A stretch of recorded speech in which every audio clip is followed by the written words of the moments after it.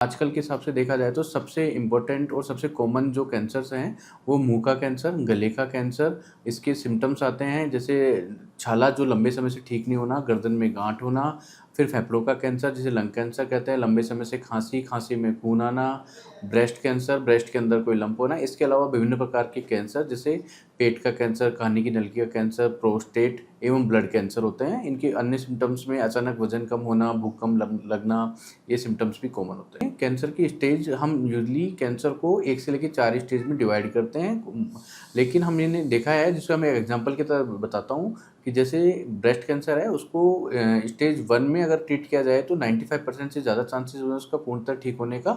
Stage 2 में करा जाए तो वो 85 से 90% रह जाता है और ऐसे करते हुए स्टेज 4 में तो वह 25 से 30% तक चांस रहता है।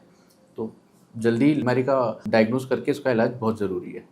सबसे पहले जैसे ही व्यक्ति को पता लगता है कि उसको कैंसर है तो सर्वप्रथम हमसे उनका पूरा फिजिकल चेकअप होता है और उसके बाद में बायोप्सी की जांच होती है। बायोप्सी के बाद में उनका पूरा बीमारी का स्टेज पता लगाने के लिए सीटी स्कैन या पेट सीटी से उनकी स्टेज का पता लगाया जाता है।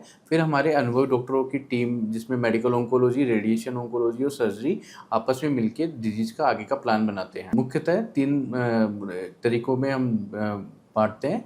कीमोथेरेपी एक तरह की मेडिसिन्स होती हैं जो शरीर के कैंसर सेल्स को मारती है, लेकिन इससे शरीर की नॉर्मल सेल्स को भी नुकसान होता है। दूसरी तरफ की होती है जिसके अंदर टारगेटेड थेरेपी, यह कैंसर की पर्टिकुलर सेल्स के ऊपर अटैक करके उनको मारती है। इससे नॉर्मल होने वाले नुकसान कीमोथेरेपी के कंपेयर में कम होते हैं। इम्यूनोथेरेपी एक तरह की थेरेपी है जिसके अंदर शरीर की इम्यूनिटी को बढ़ाया जाता है थेरेपी के द्वारा और वह इम्यूनिटी कैंसर सेल को मारती है। तो सबसे पहले हम बात करें बीमारी का पता लगाने के लिए तो हमारे पास अत्याधुनिक पेट सीटी की मशीन उपलब्ध है।